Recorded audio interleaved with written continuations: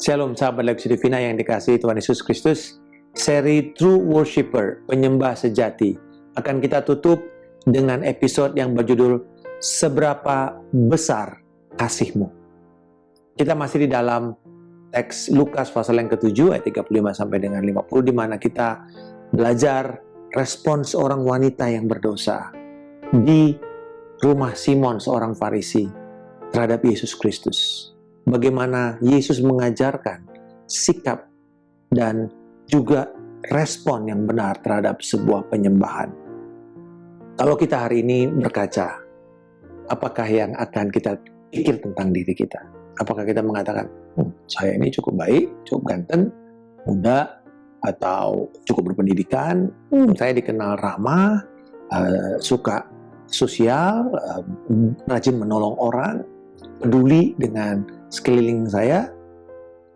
Atau kita mengatakan bahwa saya ini adalah seorang yang berdosa, yang memerlukan kasih karunia Tuhan.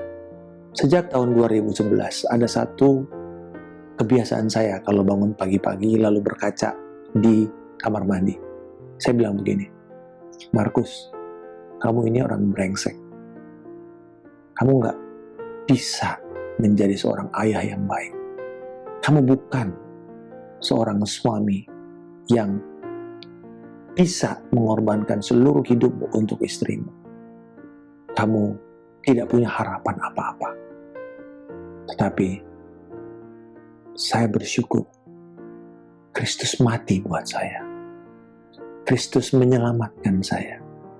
Sehingga hari ini saya adalah orang yang dibenarkan oleh karena Injil. Dan hari ini saya punya pengharapan untuk menjadi seorang suami bagi istri saya, seorang ayah bagi putri saya, seorang pengajar, seorang hamba Tuhan bagi jemaat dan bagi bangsa. Saya mau mengatakan kepada saudara, sampai hari ini saya mengingatkan diri saya, siapa saya kalau di luar kasih karunia Tuhan. Seperti apa jadinya saya bila saya tidak bertemu Kristus dan Injil. Ada satu pertanyaan kunci kalau kita berbicara tentang penyembahan. Seberapa besar kasih-Mu kepada Kristus yang menyelamatkan kamu? Karena kasih kita kepada Tuhan tidak hanya sekedar kita perlihatkan di dalam tanggung jawab agama atau di dalam kita beribadah setiap minggu. Semua itu baik. Tetapi ada satu yang paling harus kita sadari, bahwa kasih karunia Tuhan adalah dasar utama kita memuja Allah. Kalau nggak ada kasih karunia Tuhan, nggak mungkin kita bisa menjadi seorang pemuja yang penuh dengan kegairahan, penuh dengan kasih. Karena semuanya nanti akan menjadi sangat legalistik, penuh dengan peraturan-peraturan, dan akhirnya kita mulai menghakimi satu dengan yang lain, bahwa penyembahan saya lebih baik, cara saya beribadah lebih tinggi daripada kamu, dan seterusnya. Dan agar penyembahan kita itu makin lama bertumbuh, makin segar, kita perlu terus mengingatkan diri kita, siapa kita sebenarnya. Kalau tidak diselamatkan, seperti apa kita? Dan itulah yang akan terus mengingatkan kita akan karya Kristus dalam hidup kita. Apa yang Tuhan sudah lakukan dalam hidup saya. Penyembahan wanita ini mungkin kurang canggih lah. Ya, nyeka rambutnya, Pak. Dengan kaki Yesus diseka dengan rambutnya, air matanya tercurah. Dia mungkin tidak canggih, tidak keren, cenderung dihina. Tetapi justru dia memperlihatkan sebuah penyembahan yang penuh dengan semangat, sebuah penyembahan yang sejati.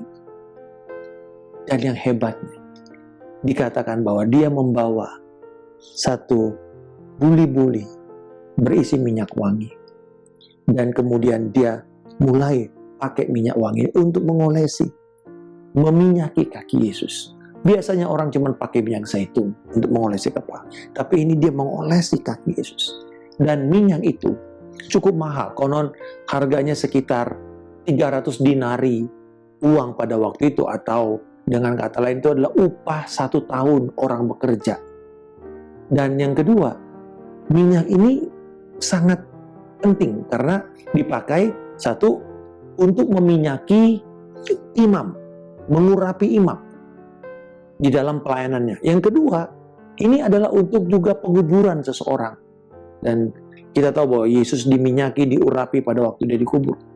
Ini adalah sebuah penghormatan yang tinggi pada seseorang dan sebuah ekspresi pemujaan, penyembahan yang mahal, yang orang bilang extravagant worship and extravagant offering.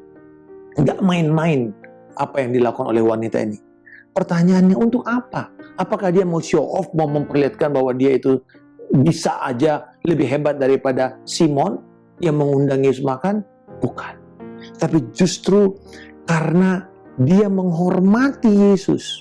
Dia tahu bahwa yang disembah ini bukanlah pria sembarangan. Dia adalah Tuhan yang telah mengampuni seluruh dosanya. Dia bersedia untuk mengorbankan semua yang mahal dalam hidupnya. Pertanyaannya kepada kita, sahabat sekalian, ini menjadi sebuah refleksi. Apa yang paling mahal dalam hidup kita? Yang perlu kita lepaskan untuk mengekspresikan kasih kita kepada Tuhan Yesus. Mungkin ada sesuatu yang menghambat kita. Mungkin reputasi kah? Atau rasa aman kita? Atau kenyamanan kita? Bagaimana seandainya demi penyembahan kita meninggalkan kenyamanan kita? Salah satunya bangun pagi-pagi, ya kita mesti nyaman tidur, maunya bangunnya agak siangan, tapi kita mau memberikan yang terbaik kepada Tuhan. Kita bangun. Mungkin di tengah-tengah kita perlu istirahat cukup karena sakit atau baru sembuh dari sakit. Saya ingat pada waktu pandemi banyak orang yang terkena COVID itu susah tidur. Efeknya itu susah tidur karena begitu sakit sekali. Dan pada waktu saya mengalami, saya juga susah tidur. Kadang-kadang nggak bisa tidur. Tapi kemudian saya mengatakan, Tuhan, saya menyembah Tuhan. Di tengah-tengah kesulitan nggak bisa bangun karena begitu lemah, saya menyembah Tuhan. Saya mulai bersyukur mengingat karya-karya Kristus. Bahkan sampai tadi, ketika saya mendengar teman saya meninggal, saya berpikir lagi, Tuhan, saya bicara sama istri saya, anak saya bilang, kita bersyukur. Walaupun saya pernah menjadi pasien COVID, tetapi saya bilang, apa yang sekarang dialami oleh teman-teman, itu jauh lebih mengerikan. Dan kita mengatakan bahwa itu saja sudah bisa memberikan ucapan syukur kita dan penyembahan kita kepada Tuhan. Karena dan demi Kristus, kita mengorbankan kenyamanan kita, kita mengorbankan keamanan kita, kita mengorbankan reputasi kita. Bahkan saya mengucap syukur beberapa orang-orang yang saat ini tergerak karena melihat kesulitan-kesulitan sahabat dan saudara-saudara seiman dan saudara sebangsa yang mengalami kesulitan dari dampak PPKM ini.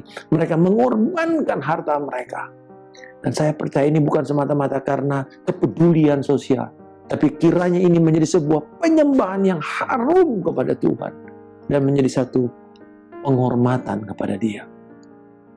Anugerah pengampunan dari Kristus telah mengubah wanita ini dan membuat dia tidak segan-segan mengorbankan yang terbaik, yang paling mahal dalam hidupnya yang dia mungkin miliki, yang mungkin dia simpan-simpan ini minyak wangi ini untuk momen-momen tertentu. Mungkin dia hanya simpan untuk dia meninggal. Tapi kembali lagi, karena kasihnya kepada Yesus yang telah menyelamatkan dia, dia memperlihatkan penyembahannya juga dengan korban dan persembahan kepada juru selamat yang begitu dia cintai. Seberapa besarkah kasih sahabat kepada Yesus Kristus? Dan kiranya setiap hari kita akan bertumbuh dalam kasih kita kepada Tuhan, sehingga penyembahan kita tidak sama lagi dengan 1 bulan yang lalu. Bahkan dengan 1 minggu setelah kita belajar true worshiper ini, penyembahan kita tidak akan sama lagi. Bapa di surga, aku mengucap syukur bahwa kami sadar tidak ada satupun yang bisa dibandingkan dengan pengampunan dan anugerah-Mu, dengan apapun yang kami miliki di muka bumi ini. Inilah hidup kami, Tuhan. kupersembahkan kepadamu, menjadi penyembahan yang sejati. Dan biarlah kiranya aku menjadi penyembah-penyembah yang sejati. Biarlah kiranya setiap sahabat Lex Udep yang menonton tayangan ini menjadi penyembah-penyembah yang sejati. Tolonglah kami Tuhan, supaya semakin memperbesar kasih kami kepadamu, sehingga kami bertumbuh di dalam penyembahan kami hari demi hari.